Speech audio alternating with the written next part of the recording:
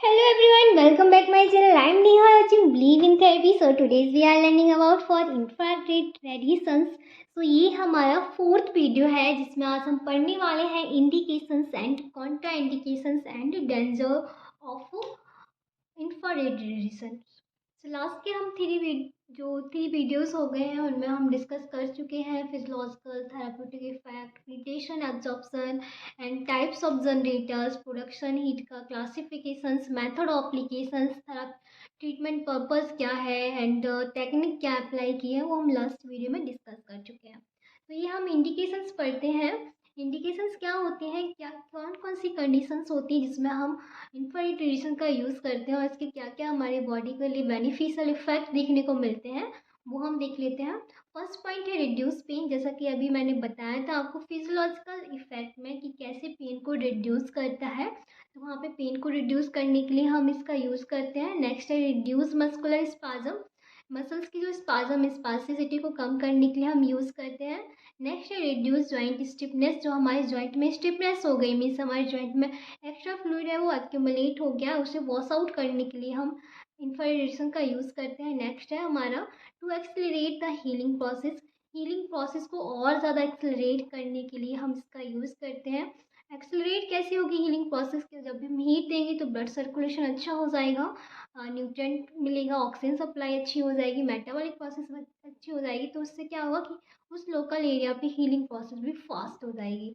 Next है improve the local circulation, means जिस भी इंडिविजुअल एरिया पे कोई भी इंजरी है, क्रोनिक एक्यूट इंजरी है, वहाँ पे जब हम इंफ्रारेड रेडिएशन का यूज़ करते हैं तो वो लोकली उस एरिया को ब्लड सर्कुलेशन को और ज़्यादा इंक्रीज कर देगा, सर्कुलेशन अच्छा हो जाएगा तो वहाँ पे हीलिंग प्रोसेस अच्छी हो जाएगी। नेक्स्ट है टू रिड्यूस अडीमा को कम करने के लिए हम इसका यूज़ करते हैं। नेक्स्ट है प्रमोट स्वेटिंग में क्या है, जब भी हम हीट देंगे तो हमारे बॉडी का जो टेम्परेचर है वो बहुत ज़्यादा इंक्रीज़ हो जाएगा। जब टेम्परेचर इंक्रीज हो जाएगा तो हमारा जो हाइपोथैलेमस है उसे रेगुलेशन करने के लिए सिग्नल देगा, तो रेगुलेट करेगा, जिससे क्या होगा वहाँ की जो स्वेटिंग पूरी बॉडी की स्वेटिंग होगा वो और ज़्यादा बढ़ जाएगा। And next to increase elasticity of connective tissues, हमारे जो कनेक्टिव टिश्यू होते हैं उनकी इलास्टिसिटी को और ज़्यादा इंक्रीज करने के लिए हम इंफ्रारेड रेडिएशन का यूज़ करते हैं। तो नेक्स्ट हम देखते हैं क्या क्या कॉन्ट्रा इंडिकेशंस होते हैं। नेक्स्ट हम देखते हैं कॉन्ट्रा इंडिकेशंस इफेक्ट। क्या कॉन्ट्रा इंडिकेशंस होते हैं इंफ्रारेड रेडिएशन के। फर्स्ट पॉइंट है हमारा इम्पेयर्ड सेंसेशन, मीन्स जब भी कोई पेशेंट आता है हमारे पास उसका सेंसेशन चेक करना चाहिए। सेंसेशन कैसा है उसका, यदि इम्पेयर्ड है मीन्स वो हमें डिफ्रेंशिएट नहीं कर पाएगा कि ये थर्मल इफेक्ट दे रहा है क्या नॉन थर्मल इफेक्ट दे रहा है, कितना ज़्यादा हीट हो रहा है कितना नहीं हो रहा है, हमें कम करनी चाहिए हीट या ज़्यादा करनी चाहिए, तो वो हमें एक्सप्लेन नहीं कर पाएगा। इससे क्या होगा, बर्निंग के चांस हो सकते हैं, तो इसलिए हमें ऐसे पेशेंट को हमें इंफ्रारेड रेडिएशंस का यूज़ नहीं करना है। नेक्स्ट है हमारा इम्पेयर्ड सर्कुलेशन। इम्पेयर्ड सर्कुलेशन में क्या होता है, कोई भी जब पेशेंट हमारे पास ट्रीटमेंट के लिए आता है तो उससे सबसे पहले हमें उसकी ब्रीफ हिस्ट्री लेनी चाहिए।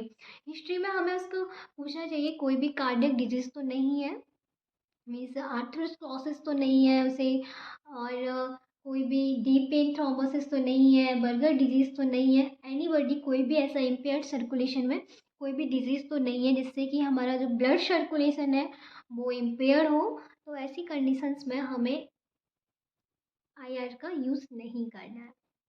नेक्स्ट है हमारा डर्मेटोलॉजिकल कंडीशंस। डर्मेटोलॉजिकल कंडीशंस क्या होती है, कोई भी ऐसी कंडीशंस जिसमें हमारी स्किन पे बहुत ज़्यादा कोई स्किन लीजन है, फंगल इन्फेक्शंस हो गया, इशेमिया है, डर्मेटाइटिस है, ऐसी कोई भी कंडीशंस है जिसमें आपको लग रहा है कि इसकी स्किन जो है वो ठीक नहीं है, तो आपको वहाँ पे आईआर का यूज़ नहीं करना है। नेक्स्ट हमारा मेटल इम्प्लांट है। मेटल इम्प्लांट में क्या होता है, कोई पेशेंट है उसका काफ़ी टाइम पहले उसका फ्रैक्चर हुआ होगा, उसमें वहाँ पे मेटल का इम्प्लांट किया गया है, तो मेटल का यूज़ होने की वजह से वहाँ पे जो हमारी मेटल है पेशेंट को पास वो क्या करेगी, जैसे हम हीट देंगे तो मेटल क्या होगी हीट को एब्जॉर्ब कर लेगी, जब हीट एब्जॉर्ब हो जाएगी तो वो बहुत ज़्यादा वार्म अप हो जाएगी और हमारे अदर टिश्यूज़ को भी हीट देगी, बर्न कर सकती है। इसलिए हमें पेशेंट से पूछ लेना चाहिए कोई मेटल इम्प्लांट तो नहीं कराया है कभी। नेक्स्ट हमारा बीपी, ब्लड प्रेशर में, तो ब्लड प्रेशर एबनॉर्मलिटीज़ है मीन्स कोई भी पेशेंट है जिसका बीपी फॉल एंड डाउन हो रहा हो, तो उस कंडीशन में हमें इंफ्रारेड का यूज़ नहीं करना है। पेशेंट से पूछ लेना चाहिए आपका बीपी कैसा रहता है, और हमें चेक भी करना चाहिए जो भी पेशेंट आया उसका बीपी क्या है, नॉर्मल है या फॉल हो गया है, डाउन हो, उसका इंक्रीज़ हो गया है, तो हमें वो चेक करने के बाद ही आईआर का यूज़ करना चाहिए। नेक्स्ट है आइज़। आइज़ का क्या होता है कि जब भी हम आईआर का यूज़ कर रहे हैं तो ऐसा हो सकता है कि जो हमारी आइज़ होती हैं वो एब्जॉर्ब कर लेती हैं रेडिएशंस को एब्जॉर्ब कर लेती हैं, जिससे क्या होता है हमारी उस पे थोड़ा आँखों पे हमारी कॉजेज़ जनरेट कर देती है, कैटरेक्ट कर देती है, कैटरेक्ट हो जाता है हमारी आँखों पे, आइराइटिस हो जाता है। तो इसलिए हमें आइज़ का भी ध्यान रखना है। यूज़ करते समय पेशेंट को गॉगल्स का यूज़ करना है, गॉगल्स पहनाने हैं जिससे कि आईआर वो एब्जॉर्ब ना हो। नेक्स्ट है हमारा इन्फेक्शंस, मीन्स बॉडी पे कोई इन्फेक्शन है पेशेंट की बॉडी पे, तो वहाँ पे भी हमें यूज़ नहीं करना है। इन्फेक्शन होने की इन्फेक्शन है, एक्यूट इन्फेक्शन है या क्रोनिक है, क्रोनिक में तो हम यूज़ कर सकते हैं, पर एक्यूट इन्फेक्शन में हमें आईआर का यूज़ नहीं करना है। ऐसा इसलिए नहीं करना है कि जब वहाँ पे जो इन्फेक्शन है वहाँ पे और ज़्यादा हमारा टेम्परेचर इंक्रीज़ हो जाएगा। जब हमारा टेम्परेचर इंक्रीज़ हो जाएगा तो वो ब्लड सर्कुलेशन भी इंक्रीज़ हो जाएगा। सर्कुलेशन इंक्रीज़ हो जाएगा तो इन्फेक्शन के और ज़्यादा स्प्रेड होने के चांसेस हो सकते हैं। इसलिए एक्यूट कंडीशन में हमें, एक्यूट इन्फेक्शन है तो हमें आईआर का यूज़ नहीं करना है, हमें अवॉइड करना है आईआर। नेक्स्ट है एज।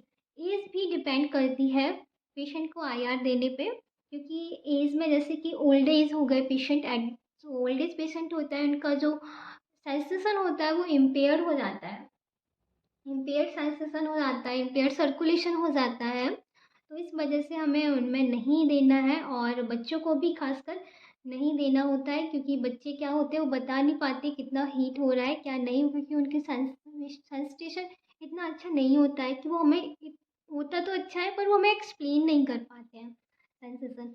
नेक्स्ट है हमारा एनाल, जैसे क्या नार्कोटिक ड्रग्स, मीन्स कोई भी पेशेंट आया है उसने पहले से ही नार्कोटिक ड्रग्स एनाल्जेसिक लिया है, पेन किलर लिया हुआ है, तो हमें उस टाइम भी हमें इंफ्रारेडिएशन का यूज़ नहीं करना है, क्योंकि पेशेंट ने पहले से ही पेन किलर का यूज़ किया है, पेन किलर उसने ले लिया है, तो हम जब भी हीट देंगे तो उसका इफ़ेक्ट होगा वो देखने को नहीं मिलेगा, क्योंकि पेशेंट हमें नहीं बता पाएगा कि हमें क्या इफ़ेक्ट है और हमें कहाँ पे पेन हो रहा है, किस एरिया पे पेन है, तो वो हमें नहीं बता पाएगा। इसलिए हमें पेशेंट की हिस्ट्री लेते टाइम हमें उससे पूछना है क्या अभी आपने कोई भी पेन किलर ड्रग्स का यूज़ किया है या नहीं। यदि उसने किया है तो हमें इसका आईआर का यूज़ नहीं करना है।